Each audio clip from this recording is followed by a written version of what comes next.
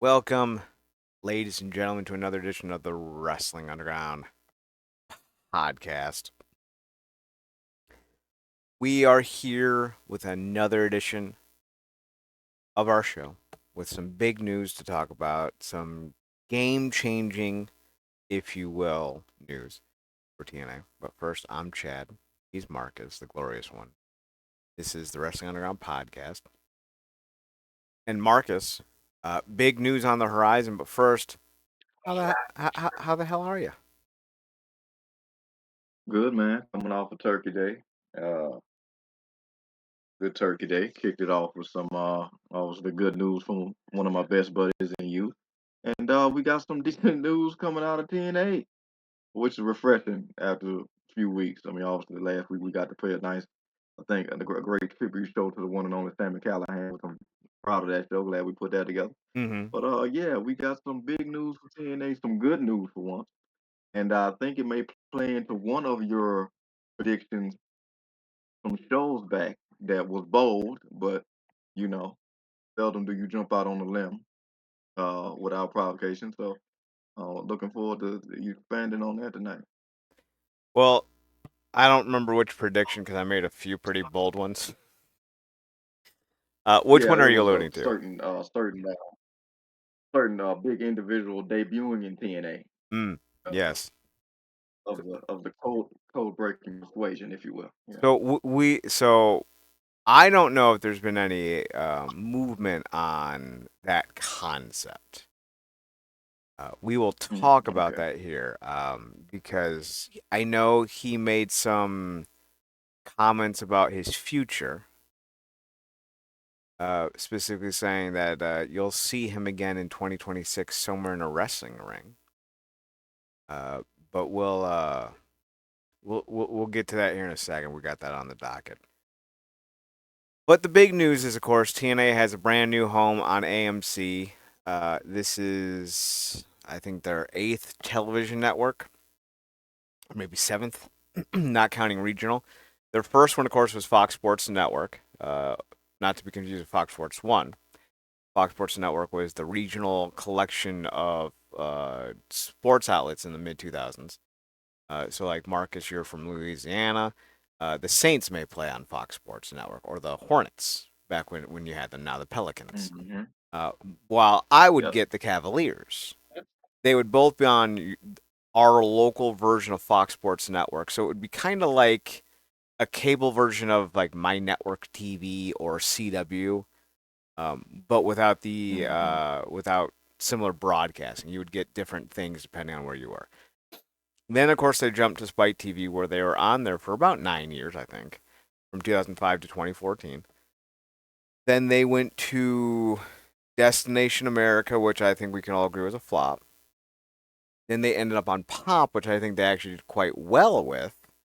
That was, I think, their third biggest outlet since they debuted. Then they ended up going to Pursuit, which I don't think anyone was happy about. Then they ended up being on Access TV after Anthem bought both Access and them. They've also been on regional television and Twitch. And of course, for a time in 2005, they were available for torrent on TNA website, TNAWrestling.com. So you could actually go to the website and download that week's episode of Impact. And they did that for about 3 months. I would say this is a very big deal. It's a good get, and I would say it's right below Spike TV as far as its broad reach. Um, if we're looking at things historically in a accurate context, AMC at its peak, I don't think was ever more popular hour to hour to hour than Spike TV, but I do think AMC had more popular shows. So I do think they'll do fine on AMC. They're going to stay on Thursday nights. We have some information coming out since it was announced from John Alba of Sports Illustrated that there's going to be a combination of live and tape shows. So we're going to get some brand new episodes of Impact that will be spoiler free, and some episodes that won't be. but that was how Raw used to be back in the day, so that's not the worst thing in the world. As far as the deal goes itself, Carlos Silva, the president of TNA, was on Busted Open Radio, and he went on to say, "We've been working really hard on this for months. We started this journey in March and April, and now on December 1st and 2nd, we get it done.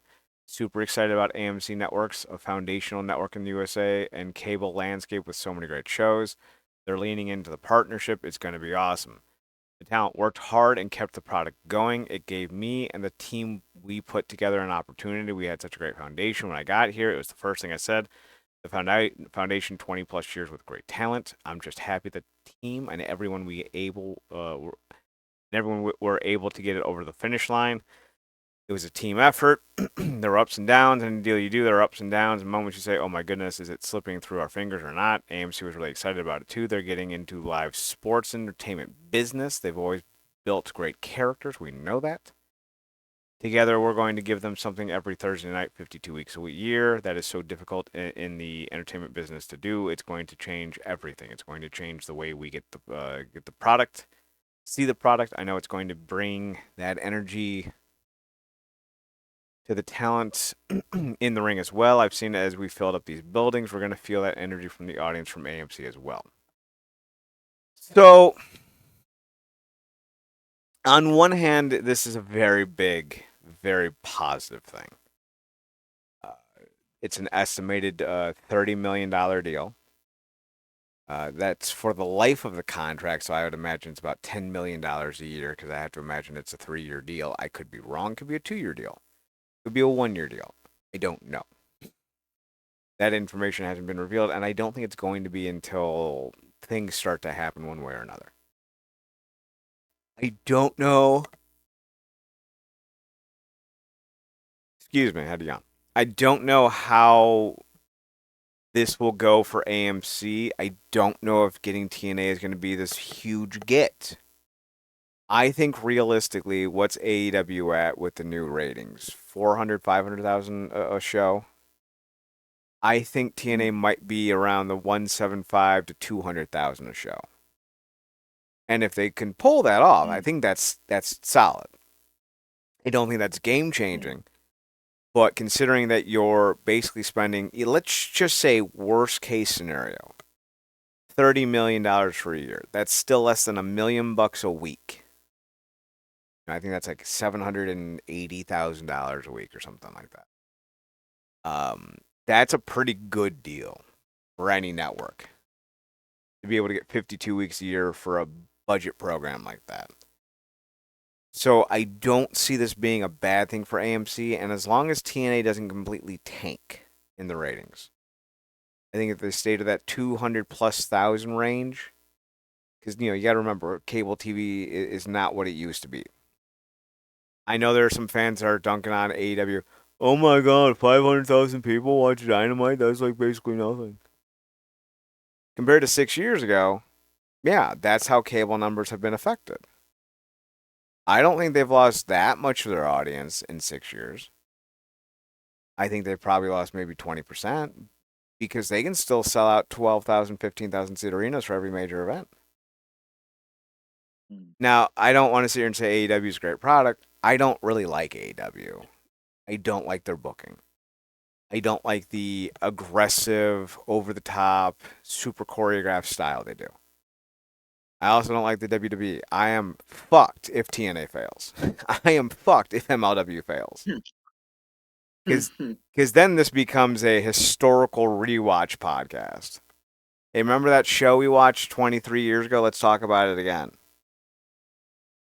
Because modern wrestling, to me, exists only in one area of in the world that I'm excited about. However, I am going to watch my first New Japan show in about a year in the Dome show. Nice. Mm-hmm. I'm going to actually call off of work. I'm not sure if I'm going to stay up until the morning to watch it or if I'm going to get up early to watch it. But I'm going to do one or the other. It's going to be a lot of fun. So, I need TNA to succeed. But I also need people to understand that the TNA product we've gotten for the last 2 years has been abjectly terrible. We are watching, and we saw this when D'Amore got let go. There were all the conversations about how TNA was pulling back its budget, and that was part of the reason why they went headfirst into the NXT partnership, because NXT was paying their talent to wrestle on TNA shows, and TNA didn't have to then So pay for those talents. mm, You remember that? Do you remember when they announced that they were cutting back some talents, and like guys like Ryan was like, "This is the last time I ever wrestle in TNA." yeah, this was also wasn't that time around that time about the crazy Steves of it all and this and that and the third. And um, that's that's it.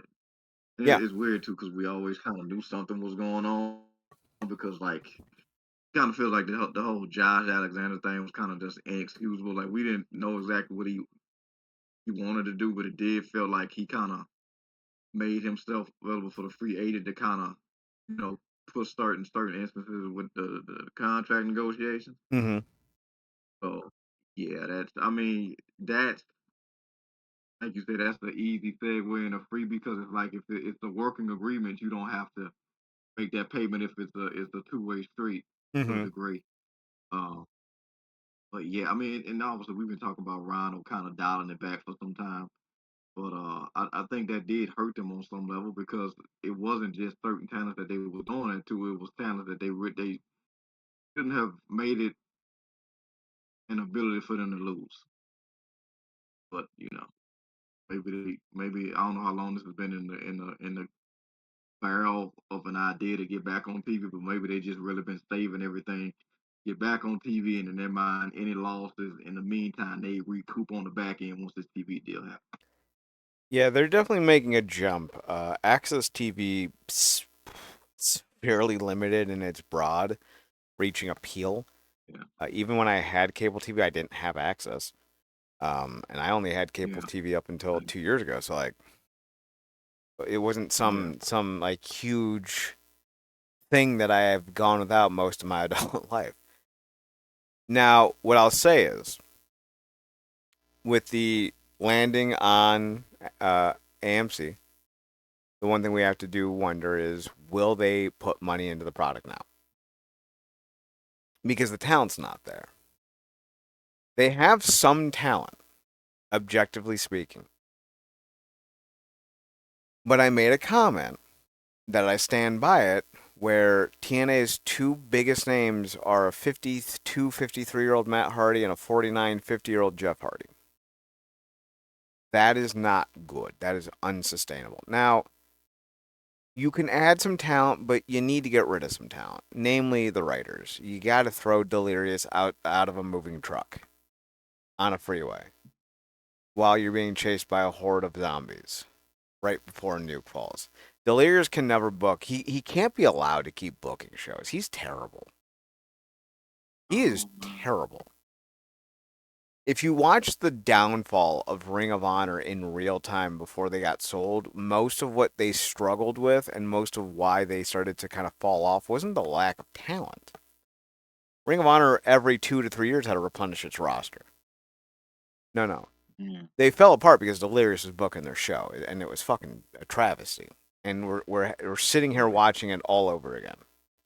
He's a moron, Yeah. Ash, thy name is delirious. right? It's not enjoyable. It's not enjoyable, and we've been watching it for the last 2 years not be enjoyable.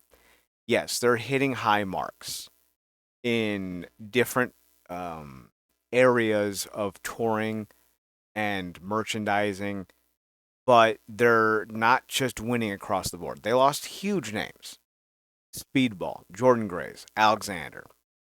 They lost Deanna Parazzo. Pressure. Who? Pressure. They lost Gresham. They've lost Hammerstone. They fumbled Hammerstone so fucking bad. And in order to make this partnership work, and they're about to lose the Rascals. What? There's a strong belief that AEW wants to sign the Rascals. Now, what I'll say to this, and I want to be very clear, I will never have a problem with a group of guys, gals, what have you, signing with anyone for more money. I don't bemoan Jordan Grace going to NXT. She's being wasted, Yeah, just straight up wasted. yeah, Brian Cage got wasted. Josh Alexander's getting wasted. Speedball's being wasted. Like these guys went from being the studs of TNA to being mid carders now, and it's a shame. It really is a damn shame. Now, if the Rascals do leave, their contracts are up at the end of the year. They might renegotiate. They might stay on. That'd be huge. They might get poached. Some of them might get poached. None of them might get poached. We'll see. But I won't be mad that they do. But they won't find the same success in AEW that they would here. Financially, probably. But as far as name brand goes, no. So if you're TNA, you need to make some conscious decisions to lock down guys that can help you keep going, keep getting ratings, keep getting viewers, keep getting attendance. The Rascals are 4 guys who can do that. Mike Santana's a guy who can do that. But I think we need to talk about guys that, Jake Something is another name that could be on his way out. And considering how poorly he's been booked, I guess because Delirious is envious of the fact that Jake Something not only has a great physique, but can wrestle better than Delirious could ever speak. And if they lose him and the Rascals, holy shit. Like, what a terrible way to start off a new era in TNA. Jake Something is someone that I think 2 years ago should have been world champion. He's a guy who has all the yeah. tools in the treasure chest, and someone's like, well, the reason why he's not, over is because of his name. Mike Awesome was one of the most over guys in the history of wrestling. His name was Mike Awesome. The biggest draw of all time was named Steve Austin. One of my faves, Ziggler. Right? What got one of the biggest post mania pops of all time with that cash in. Like the stupid name that like we've acclimated to Gunther, right? But like the name of it all, like it's how he's booked. He's one of the biggest. He's one of the strongest.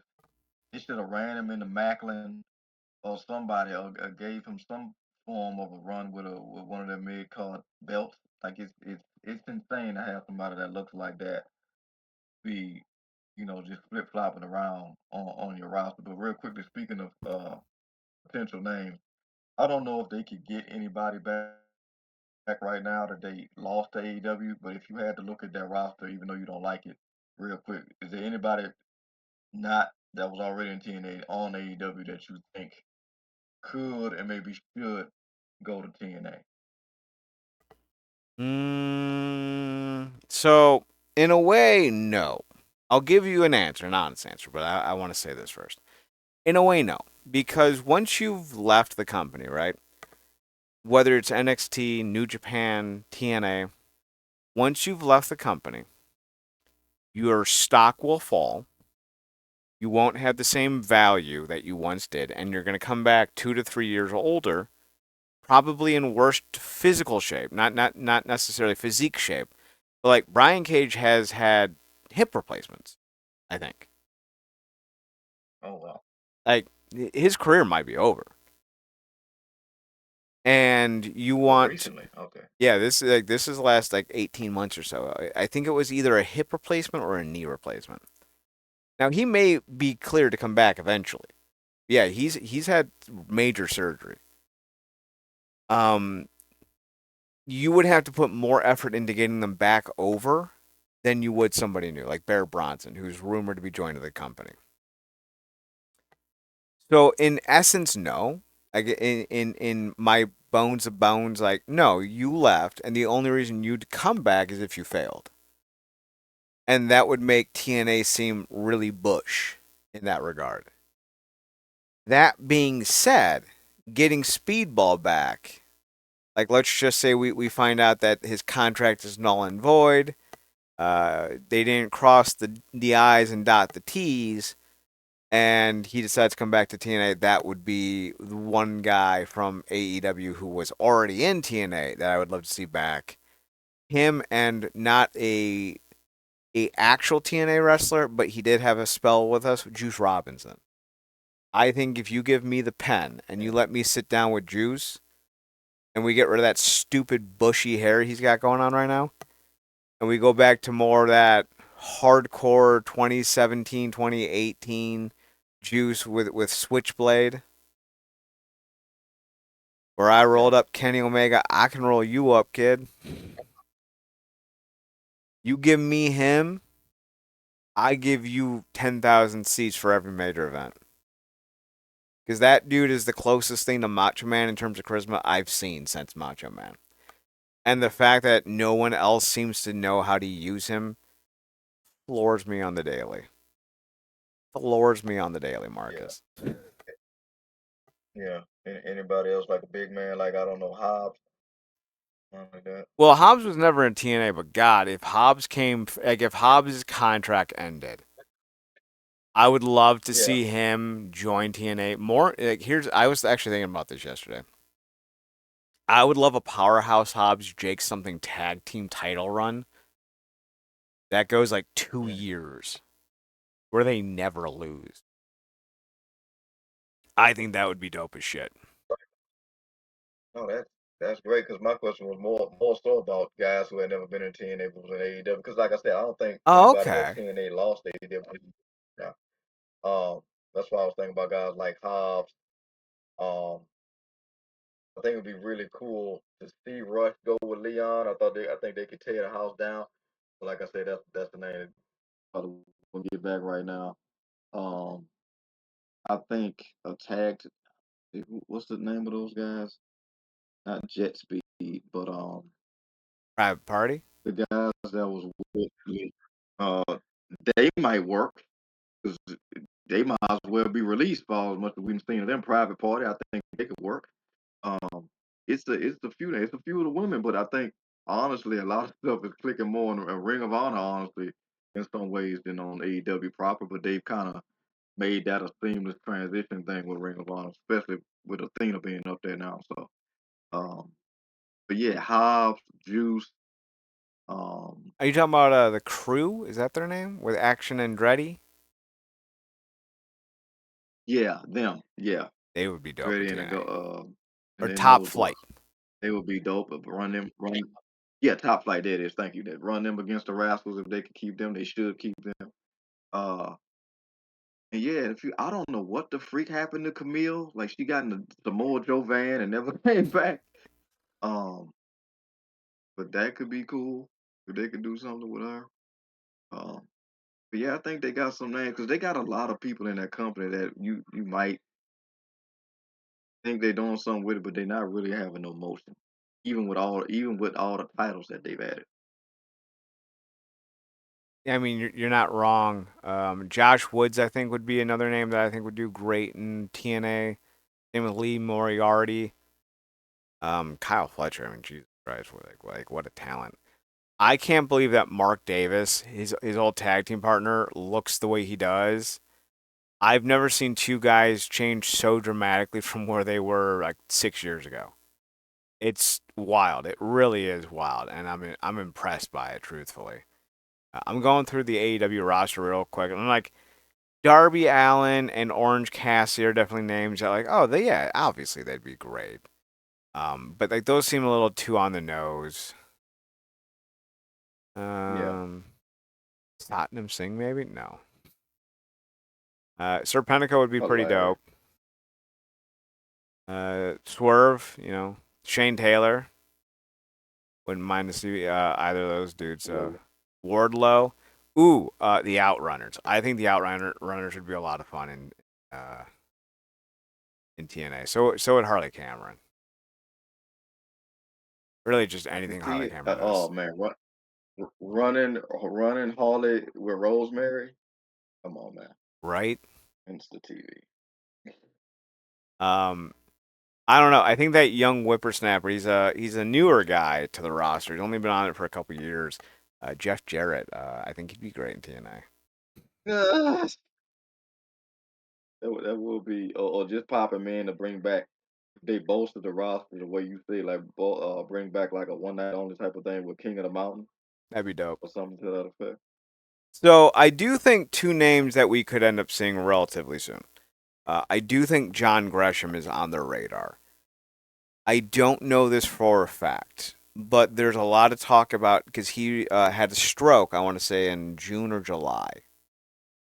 And he's been out of action since then. And Jordan Grace said early 2026, you can expect to see John Gresham back in the ring. That's not a verbatim quote, but it was like somebody asked me, hey, when's John coming back to the ring? And she said like January 2026, I think, or early 2026. I would not be surprised if Gresham's one of the names that TNA goes out and gets because he adds instant credibility to the X division. And I feel like one of the biggest obstacles that Gresh had to deal with during his tenure in TNA was Speedball. As good as Gresham was as a tech wrestler, Speedball was otherworldly. Like Speedball's top 15 in the world in terms of talent. Gresham's top 50 in the entire world, but still doesn't, get to the same level as Speedball. And now with And Speedball gone, Gresham could shine in the X yeah, division. yeah, true. Because they did this weird thing where they hit them, they basically mushed them together because it felt like they had nothing for them to do solo, or they wouldn't allow them off the chain, so to speak, by themselves. It was this weird thing. Like Speedball definitely got pigeonholed to a certain point, and certainly Gresham, who even when reinventing himself in a way with the Muda of it all, Mm-hmm. the Muda S stuff he did, no, it all, and nothing ever went nowhere. But again, I'm guessing this is Delirious was booking this stuff, and like bunch of dead end stuff. Yeah, I think Delirious was booking that stuff at the time, but even if he wasn't, Dreamer and company was still doing it, and it just Yeah, felt so janky. And we're seeing it. Like we're still seeing them fumble guys who are not ex WWE guys who could be huge in Mance Warner, in Jake something.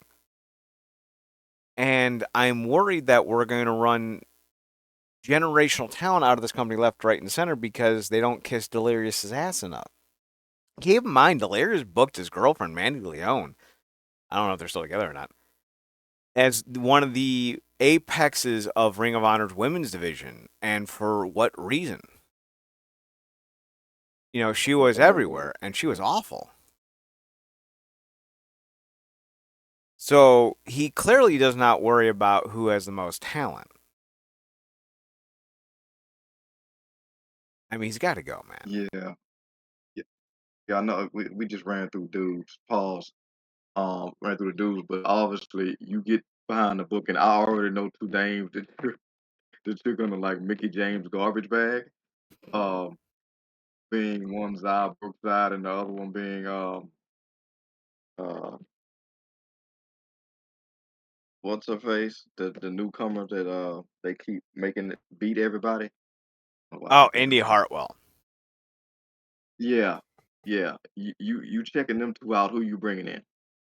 Well, so here's what That's the I'll winner. say. I think I would keep Zaya Brookside if you let me pair her with Harley Hudson in a tag team where Zaya Brookside dyes her Mm, hair blue, embraces a lot of the blue because like that's kind of her shtick, and Harley Hudson goes full yeah. pink. I like the color contrast. And while Zaya Brookside, what's the best way to say this without being offensive? Oh god. I'm gonna refrain. I will send it to you in a text. I will not say it out loud. But Zaya does not have promo skills. She is a good wrestler, and I think she could help bring Harley Hudson up. And I think you could really get a good tag team out of them both.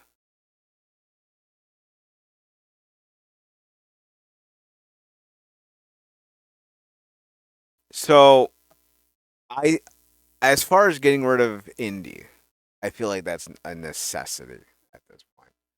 By the by, go ahead and check your Discord. Yeah. So That's what I wanted to say. It's not the most offensive thing in the world, but I'm trying to be a better person. As far as firing Indy Hartwell, I think I would call her father first and be like, "Sir, you failed as a parent. Your daughter is the most unathletic, untalented wrestler I've ever had the displeasure of having to sit through. You should cast your wife into a volcano. Turn away all the financial gains you've had to orphanages. And you and your family should go out into the outback and disappear and no longer breed because I cannot believe the travesty that you have wrought upon this industry." A little melodramatic, absolutely. Indy Hartwell is a fine character. She is a bad wrestler.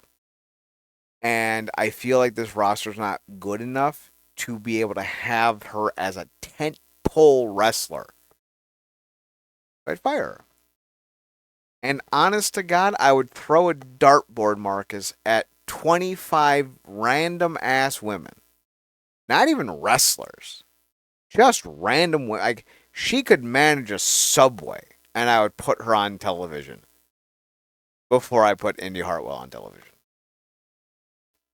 Just some random 50-year-old subway manager who's just trying to save money so her grandkid can go to the private school that her parents are having a hard time paying for, right? That being said, there's a few women that really catch my eye whenever I play EWR. The one that boggles my mind, that isn't front and center as the tentpole of a division, is Bea Priestley. She is nimble. She strikes hard. She has great athletic awareness. She may not be her ex Will Ospreay in the ring, but she has a physicality that is underexpected and disrepresented.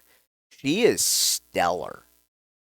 And I feel like if you give her the right kind of like goth, emo, scene, whatever we're fucking calling those types of people these days, the world doesn't understand me. The world is a vampire. Smashing them pumpkins like the kids in the Pumped Up Kicks do. I think that woman becomes the new face of women's wrestling. She has all the tools. She just needs the presentation. So that's who I would replace Indy Hartwell with. Now, that being said, you have Janae Kai, who I don't know if she's with Ring of Honor and AEW or if she's just kind of on a part-time thing, but if she's available, you sign Janae Kai. Okay. There's a few women that are in the industry, like I think her name is like Jessica Rodan, and then Bozilla. They're both taller women with some frames that I think could be a change of pace from what we usually get with the women's division. You've seen Bo? Yeah. Bo's fantastic. Definitely seen her in action. Yeah, she's incredible. Still fresh behind the ears, but she's got loads of potential. And if you get again the right presentation, I think she could be a huge deal for you. Um, so, and also I don't know like what the contract situation is. She just looks in a way that would sell Natalia Markova. You're gonna need to replace the Russian on your roster anyway. You might as well go with one that looks like a fucking Barbie doll. She'll be the new Scarlet Bordeaux. So now one name we've talked about before and we'll talk about again. Who I kind of said, hey, wouldn't it be interesting if so and so ended up in TNA? Of course, is Chris Jericho. Now, Jericho has his detractors. I'm certainly one of them. I did not think his final year or so in Ring of Honor was good. A lot of that had to do with the fact that he was doing his stupid fucking high guys. Cringe Jericho, Chris Cringican, Chris Cringe Jericho. Not great. Not great. And I know that was the whole vibe of it, but it was terrible. I think Jericho could have a good 1 to 2 years in TNA where he plays the hits, kind of like the Hardy Boys, and can elevate the week to week television kind of situation in a way they need it. Because, let's say for the sake of, I know people are disputing the Bound for Glory turnstiles, right? Whether it's 6,100 or 7,500, it's a good show. It's a great gate.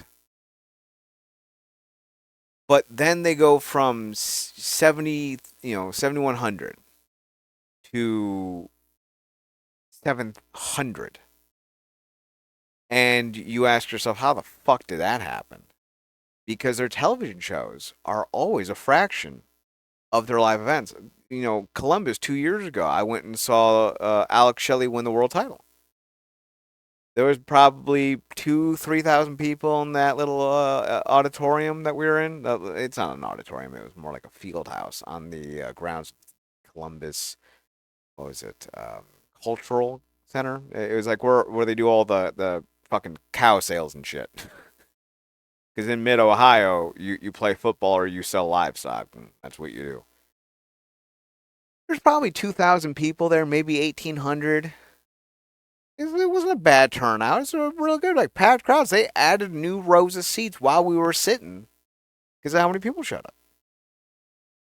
Close to a legitimate building-wide sellout.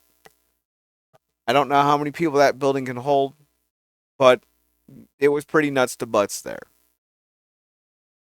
Yet, the next night for the television taping, maybe a third remained. And they were doing buy one, get one. We got our tickets for night one, and then night two was like $10. I think altogether the tickets cost $100 for technically 4 seats across 2 nights. And Slamversary, they had 6,000 people. They showed up the very next night to tape Impact, and I think they had 900 people.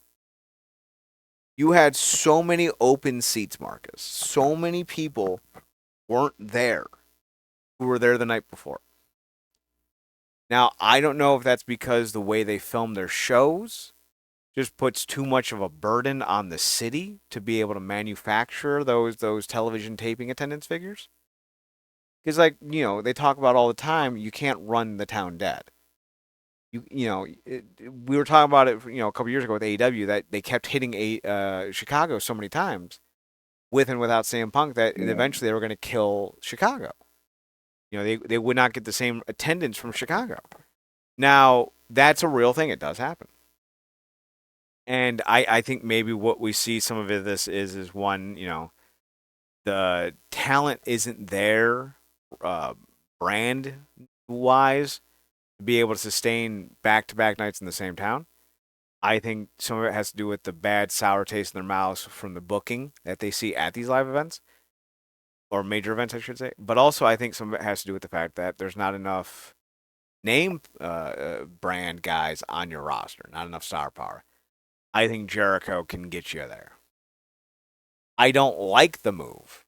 I want to be very clear. I'm not sitting here as a Jericho stan going, "Oh, my favorite company, my favorite wrestler finally," and then they kiss. No, I'm not.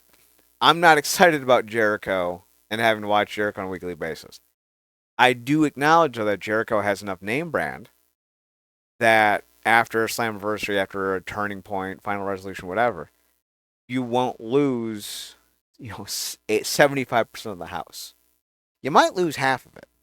But if you put 6,100 in for pay per view, and then you put 3,100 in or 3,000 in for television, if you put 3,000 people on, I think that's fine. I think that's fine. But if you put in 900 or 1,000 or 1,200, I think you have to ask yourself, why do you keep going from 7,000 people to 1,200 people? That's a huge drop off. I think Jericho helps negates that. I don't think he raises the quality of the in ring work. We know he's not athletic anymore. He is a shell of what he used to be.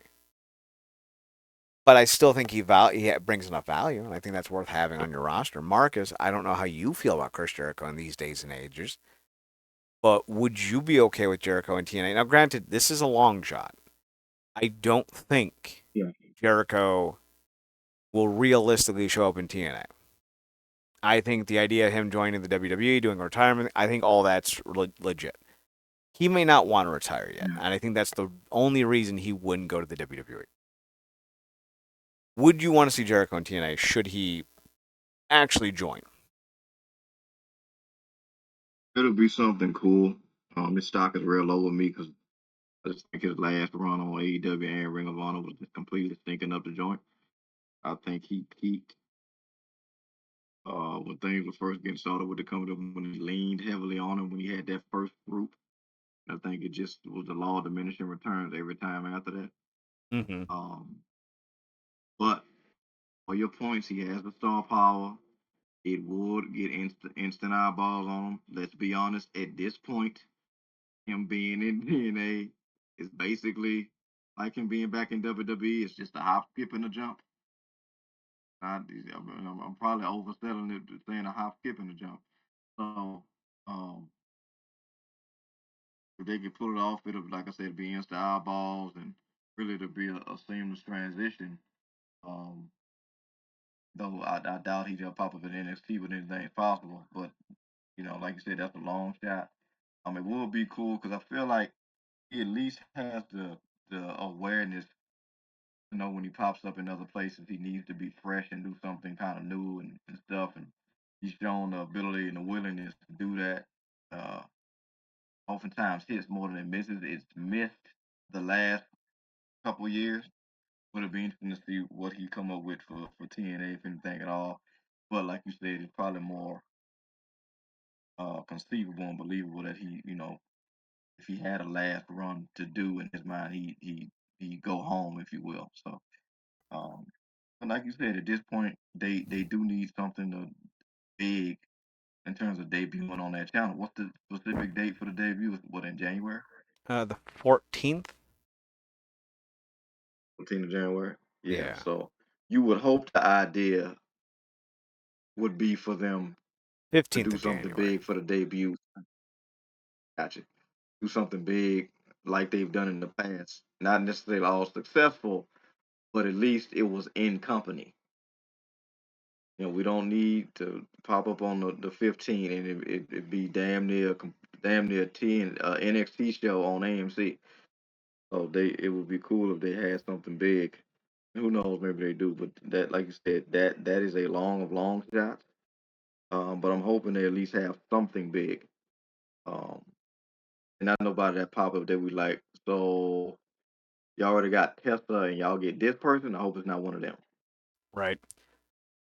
So the front and center for the Impact show in, I think, Dallas. It's going to be the first episode on AMC. It's going to be live. You're going to have the Hardys, Leon Slater, Lee Ying Lee, Frankie Kazarian, and Mike Santana. Those are the six figures on the debut poster. So I think you can make a case that those are the six stars of the company.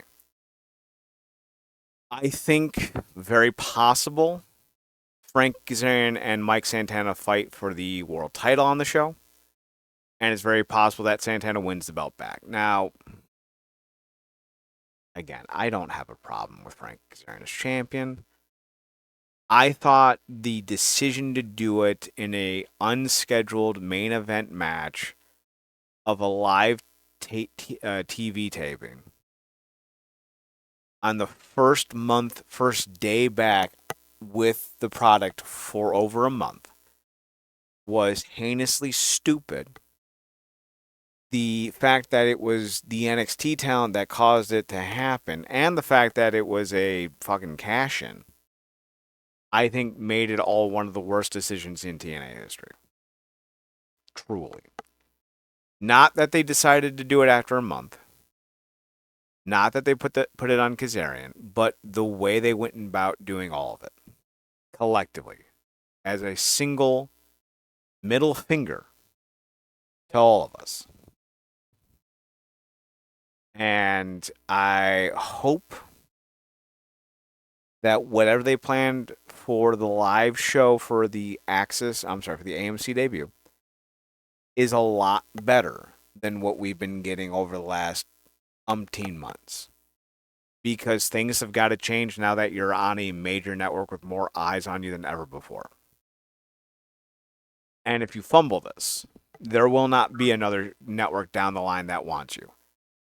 Now, there are a couple other things Yeah. we wanted to, I want to discuss real quickly before we head off. One, there was a rumor that the NXT TNA partnership was coming to an end. Silva said that that's not the case, and that their partnership was going to continue on. That being said, I don't necessarily think that there's not some smoke to these rumors. I know that fanboys are going to fanboy and just say stupid shit. TNA has been on the come up for the last 4 years. This was not because of Carlos Silva. This was not because of the NXT partnership. This was not because of anything. There are rumors that the WWE may have helped them get the deal with AMC. I don't know how much that I believe, because ultimately the WWE does not want any sort of competition in any way, shape, or form. They want to control every market. They want to control the industry. They want to be the industry. They want to be the NFL. They don't want 32 teams that compete with them. They want to be the only team in town. So I don't know how much that I truly believe. That being said, I think there is smoke where there is fire. Some people believe that TNA had a offer from the CW to go live on Wednesdays, or to have a similar schedule that they'll have on AMC on the CW, where they would go head to head with AEW and try to take away some of their audience. Now, the rumor goes that TNA didn't want to do this. They turned down the CW deal, and it upset the WWE. And because of them landing on AMC, it triggered a 60-day contract clause that would void their partnership in 60 days. Nothing Silva said directly makes me think that what was rumored couldn't come to fruition. He was vague enough to say that the partnership will continue on, but he wasn't specific enough to say that no, the rumors aren't true. We are working together with the WWE. Our contract runs through 20 whatever, and we're going to be working with them up until then and hopefully past then. That was not what was said. Let me see if I can't find the actual comment, because it was telling in how minimal the response was.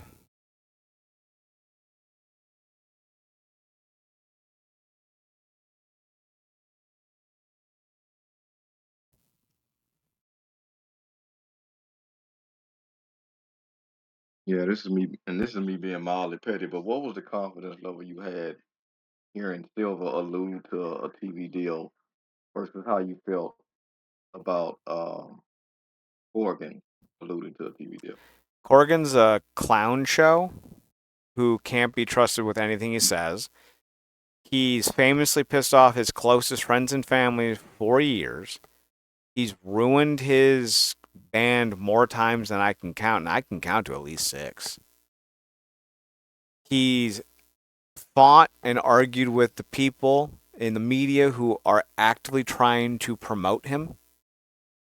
He's a clown show. So when he says that he's working on a TV deal, I don't know what coke-filled nightmare he's working with, but it's not a good one.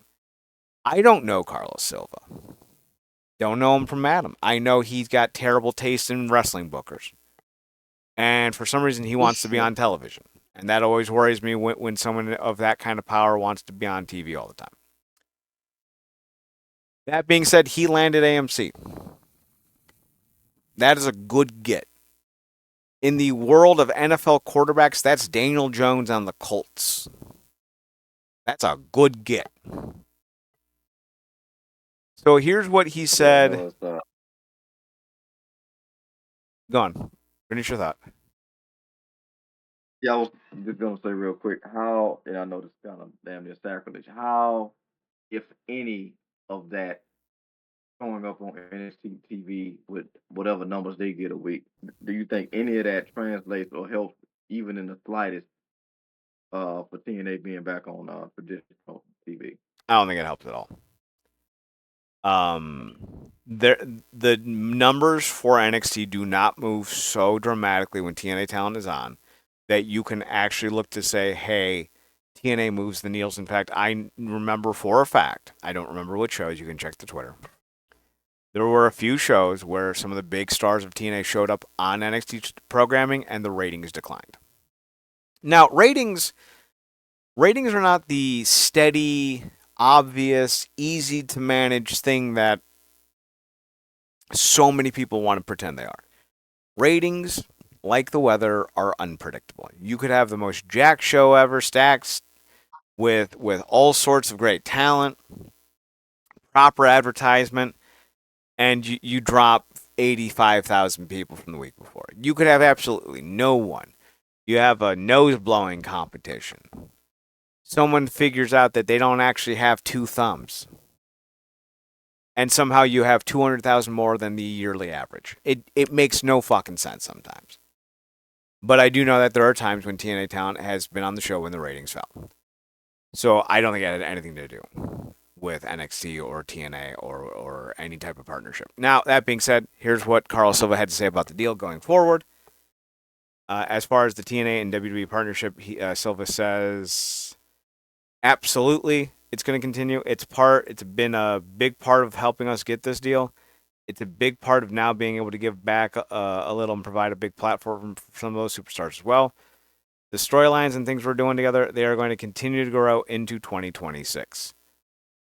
If you are ending your deal in 60 days or if the deal is supposed to end sometime in early 2026, that is exactly the type of non answer I expect you to give. Not into 2026 and beyond, not into 2027, not the deal expires this year, but we're talking. He simply says we're going to grow together into 2026 when the deal is alleged to be ending. Marcus, that would be the greatest thing in the history of ever. Getting rid of the NXT partnership would be a godsend for this company. We've had some cool moments, like watching Leon Slater and what's his name, Javion, have that match at Slammiversary or Bound or whatever it was. That was dope. Yeah. But then the ending was terrible and it ruined it. Yeah. Yeah. Speaking of that, real quick, do you think in your heart of hearts that they hinder any more of TNA's talent? As far as like trying, when you say Hendry, you mean like poach? Yeah, basically. Yeah. I think they're going to get Santana this year, or I should say next year. I think 2026 Santana is going to NXT. And I wouldn't be surprised if they don't extend Slater, which would be more because Slater doesn't want to extend, not because TNA doesn't want to extend Slater, because why the fuck wouldn't you want to extend Slater? I think he would be in NXT too. And sadly, that's the last two names besides Jake something I could see NXT wanting to sign from TNA. Because TNA's roster is that depleted. They need talent. They need names. They need guys.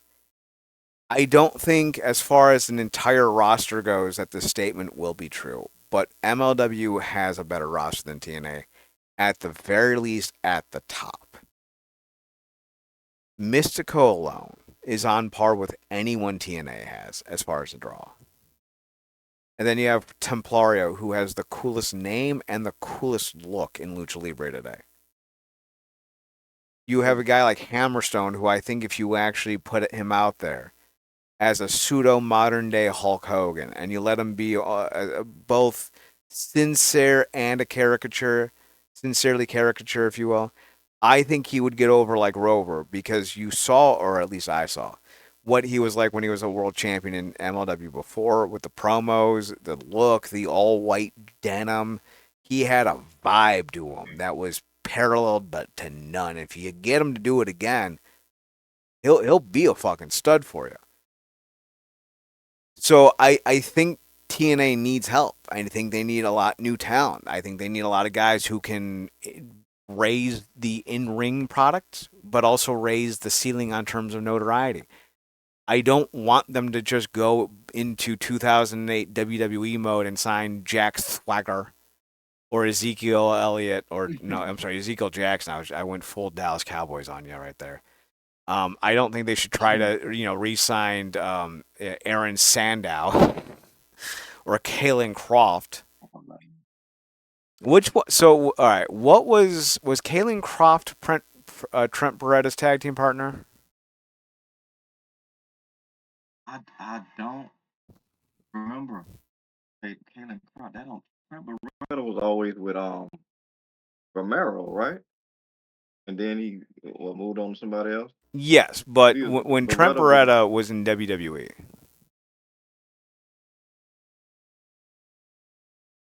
think they were the Dude Busters. yeah, they were the dude busters. So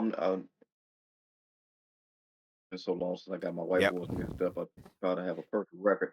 Did you But just say it's I'm been a trying while to since you add got that. your white boys mixed up? Yeah, I was on the streak. I was Goldberging it. If I said 'Cause I was, that, I was I'd get fired. I can't wait till we start working on our HR now. Hilarious. Um, 'Cause I was finna lump him in with Ryder and Brian Myers. Keith. Hmm. Yeah.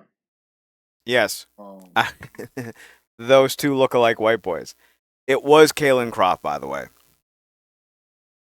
And yeah. apparently Kurt Hawkins What was the other part of name? the Dude Busters as well. Yeah. That makes a lot of sense. Yeah, they threw a lot. They just threw a lot of those guys together like that. Um, Real quick, is there anybody salvageable? Speaking of smashing his own pumpkin, is there anybody salvageable on that list that you would have from NWA?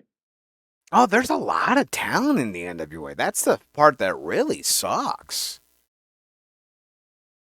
Uh, the other name I was thinking of, before I get to answering that question, the other name I was thinking of was Idol Stevens. Idol Stevens was the tag Yeah. team of Aaron Sandow, Damian Sandow, back in WWE. That's who I was getting confused with when Gotcha. we were talking about Kalen Croft. That was my white boy mix-up. As far as the NWA Yeah. roster, like Mike Mondo is 42 years old and jacked to the gills on steroids. Oh, Um, wow. who is It's that? Who's the obvious. TV champion? I forget his name. Ryan Idol. He's fucking terrible. Apparently, everyone hates him. He's burnt Yeah, more I've seen bridges some. than people can talk. He's one of the guys that were trying to slam AEW for bringing in their own national championship because the NWA already has one, Mm, and he was being a little piss baby about it. But I have it on good authority that every major headliner in the NWA fucking hates him. They can't stand him. One of the names. that's good authority. What's that? I say, yeah, that's good authority. Real quick, do you think TNA has Delirious also scouting talent? God, God, I fucking hope not. EC3 I think would be a great get. I'm of the belief that he needs work on his knees and on his shoulder, but I still think he could provide for great television whether he's wrestling or not. EC3 is definitely an NWA must-have. So is Kerry Morton and Colby Carino when he gets healthy. I think those are definitely guys that if you were trying to sign, you sign them. Odinson, I think, is another guy that just has a great vibe, great look. I think he'd be so fucking cool to have on your roster if you're TNA. Those are some of the names that stand out to me. Um, But, in time, I think TNA will rebuild their roster, hopefully, if the rumors are true and they move on from NXT and this new deal helps them, put talent back on the roster.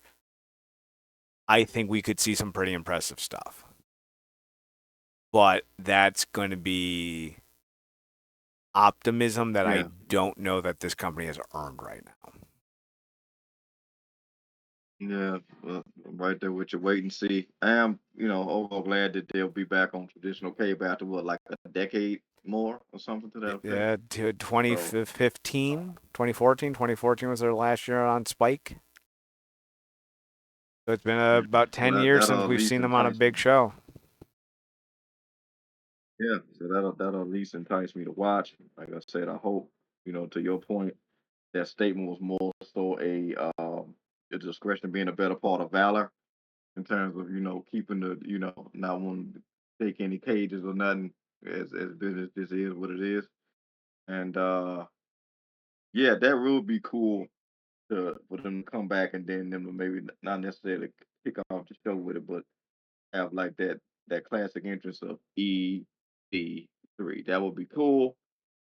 Um, and who knows, maybe that happens later. But yeah, there's a lot of possibilities, but like you said, there's a lot of wait and see because they've just chipped away at any good expectations that we've had, and it's crazy how much of it has to do with who's booking uh, the whole thing. And between that and like you said, Silver kind of wanting to be um,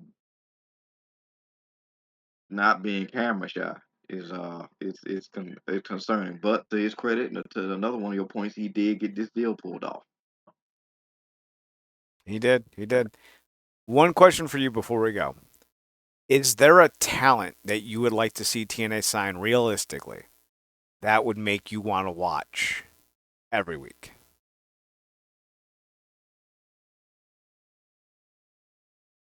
Ooh, that would make me want to watch. Any limitations on that? Someone who's available. So, like, you can't just say, like, oh, yeah, John Cena. Hilarious. That man, that would be hilarious. Anybody who's available,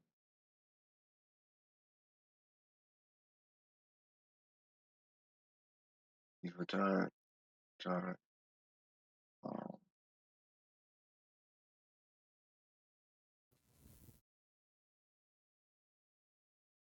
this is gonna surprise you, and I just randomly thought about it,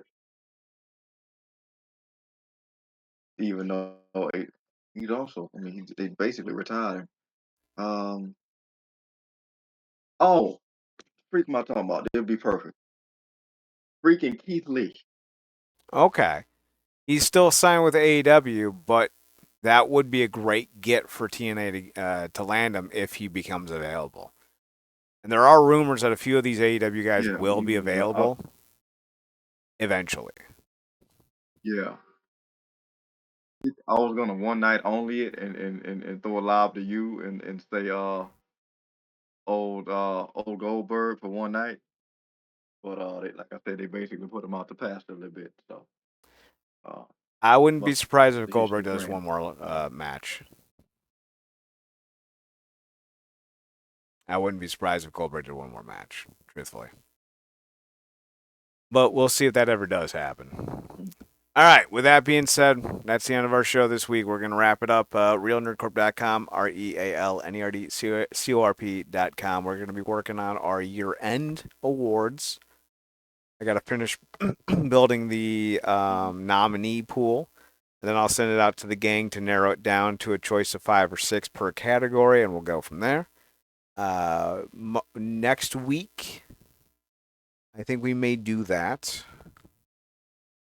unless other big news happens around the TNA sphere by then.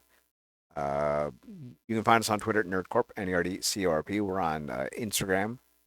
No, we're not. We're on Twitch at twitch.tv/Wrestling Underground and youtube.com/Wrestling Underground as well. Marcus, you're on Twitch, on Twitter. One of these is right. At Paradox Kid, PARADOXKID. That's me. You can also find him on his other podcast, The True Penny Show, TruePennyShow. What are you guys talking about this week? This week they were covering the Super Tag League and probably like the other World Tag League. My mistake. And probably the second part of our coverage of the great Stan Hansen. So be on the lookout for that. With that being said, I do want to do a quick shout out to Joe Doring, former TNA Tag Team Champion, former All Japan Triple Crown Champion. He is battling yet another brain tumor. His sister-in-law, I believe, has put up a GoFundMe. If you're able to, and you would like to, you can give money through that. I think I retweeted something. You could find us on Twitter at Yeah. NerdCorp, and that's the link. So if you can, please do. Everyone talks very highly about him, and he's in Canada, so his treatments are covered. But because he's not able to work, they are having a little bit of trouble meeting bills. So I believe that's part of the reason why the sister-in-law has put up this GoFundMe. Um, so if you can, please do. As far as your podcast, The True Penny Show, TruePennyShow, over on Twitter. They post all their shows to Twitter, so it's very easy for you to find. You can find me on Twitter at Chad Nerdcorp, ChedNerdCorp, and on the Instagram at ChadSphoto at ChedSphotohut. We'll be back next week, probably for another show. We are going to come down to our year-end break so we can get our awards situated. So we're going to take one of those nights to do that. I don't know when we're going to do that, but the hope is to have the 2026, first week of shows be our 2025 year-end review and awards. So that's kind of the goal. We'll see if we're able to hit it. So for Marcus, I'm Chad. Thanks for tuning in. Thanks for checking us out. Thanks for giving us a chance. Remember, as always, to watch more wrestling. Marcus, take us home. Good night.